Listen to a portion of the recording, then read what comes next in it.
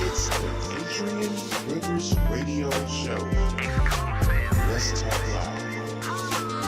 Let's talk.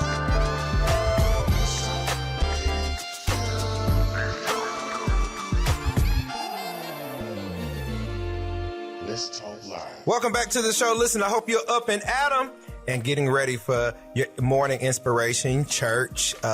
Again, as I say every single show while we are in a pandemic, that you can church hop. Right. Mm-hmm. You can go to any church you want to go to, and ain't nobody gonna give you no slack. Right. All right. So make sure you get there. All right, y'all. So listen, we got to talk a little bit about Donald Trump.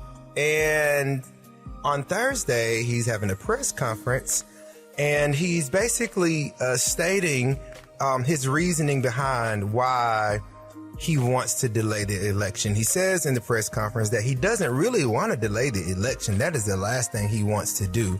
But he says that, he knows he doesn't want to wait to figure out who the winner is. It'll take, he said that it'll take at least, a week to 6 months to do it.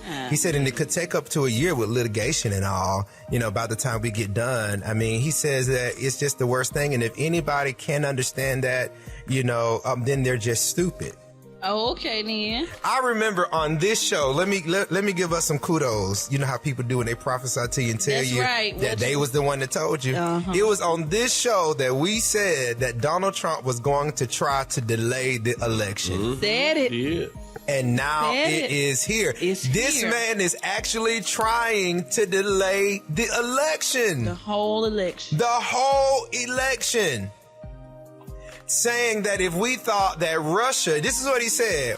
He said if we thought that Russia intervened in the last election, which they did not, then it's going to be real easy to intervene by mail with all kind of false votes and fraud happening through the mail. Like Not that the mail is not a federal. Right. Felonies type stuff. Felonies kind of, I guess in the mailroom is where they're going to do. This man is trying to delay the election. I feel like he's also kind of putting out there what his plan is. You better regarding voting by mail. You know it. He is going, and he's going to make with all the Secretary of States that are Republicans. Yep. And the control that they have as it relates to voting by mail. Like ours is not, like our Secretary of State is not going to send out any more applications unless people specially request them. Y'all, what are y'all thoughts about this? Buffoonery. A debauchery. Crazy. Listen, I gotta say it one more time. Delay the election. The whole election. Somebody made a comment this past week that Abraham Lincoln didn't delay the election while the Civil War was going on. I saw that. I saw that. So you are about to do this for what reason, for what cause? And it just goes to show that whatever way he can try to manage to stay in office, that's what he's going to do. Try to do, but he got to go. And I just thought it was so disrespectful. And he did all of this the day that we buried John Lewis, right, who is symbolic for voting. For voting. And voting rights. You know, just, I mean, you could have did anything else, but the day of that we buried, this man. The irony. Yeah, like. You didn't even go. Didn't even go. You didn't even go. Man, we didn't want him to go no way. Like. But just the mere fact of making it public. Yep. Right. He could have just not showed up. Right. He made sure to make it public. That he wasn't going. Because this was in his agenda. And for me, it boils down to this. This man refuses to go to John Lewis's his funeral. He was at state in DC. Yes, he refuses.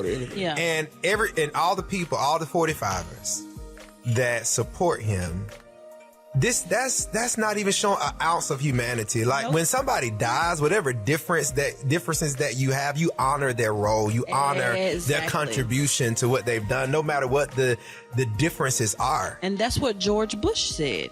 He said, me and John had our differences.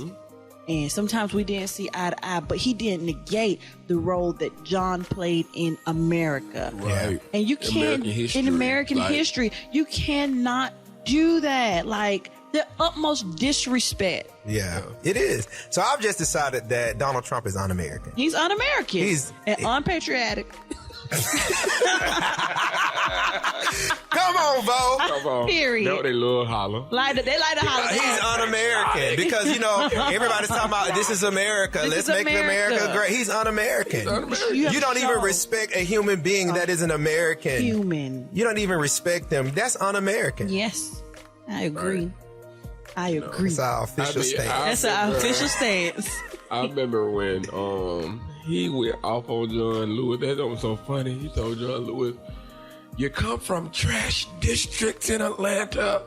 It's all gangs." He just went up on that just about a year ago. He did. Your districts are trash, high crime. I mean, he's horrible. He's horrible. I know, just horrible. Like, just have no respect. Those what he stands for. John Lewis is one of those people whom they can say what they want to say because they paid the price. Yeah. For America. Yeah. And his presence, his work transitioned America from one part of history and shifted to a whole another part. You can't tell me we went from integration. We went from Jim Crow because of the things that he did to now we're in desegregation. Yeah. Come on. The Civil Rights Act. Like he was a part of history. That, so like, I feel like I'm at a Black History program. Come on. Come on and speak, speaker. Speak. There is no American progress without John Lewis. You can't. If you discount him, you discount America. You discount America, or you discount what America has painted for all these years that we are created. All are created equal. Yeah. I was listening to the Breakfast Club and they were just talking about, somebody made a statement that slavery was necessary. Our country was built on slavery and it was necessary to build this country. And they offered, like, why would you even say something like that? Why couldn't we build it with you or the people that were already here? Why couldn't you get with them? And that just talks about really what America is founded upon. Yes, it's built on our backs. And yes, it's built by us, but it's founded on suppressing other indivials in order for one particular race to supersede. And These are America. Come on. Woo! God, you just can't He's in here. And this is so serious. Mm-hmm. Come on. Like I can't even fathom why people can't get why black people are upset or why doesn't make sense. Like America was built on 400 years of slavery of black people. Correct. 400 years of free labor. Free labor. Yes, you're right. None of this would not be possible if it wasn't for those slaves or African American people. Free labor. But they won't go back and do it themselves. My point exactly. They won't do that, but they won't acknowledge who it was done by. And like you said, it makes no sense. And now you have somebody in office who's trying to make it make sense. Right. That what they do is right. Sure. And it's not. Hey, y'all, we got to take a real quick break. We got to come back. We're going to talk about that and finish that up in just a few minutes. Look, we got to make sure we get our new joint of the day is Thank You So Much by Ernest Pugh, The Outpour. He is celebrating, y'all, 20 years of being an artist on this particular album. We'll be right back here. Let's Talk Live. More from Let's Talk Live.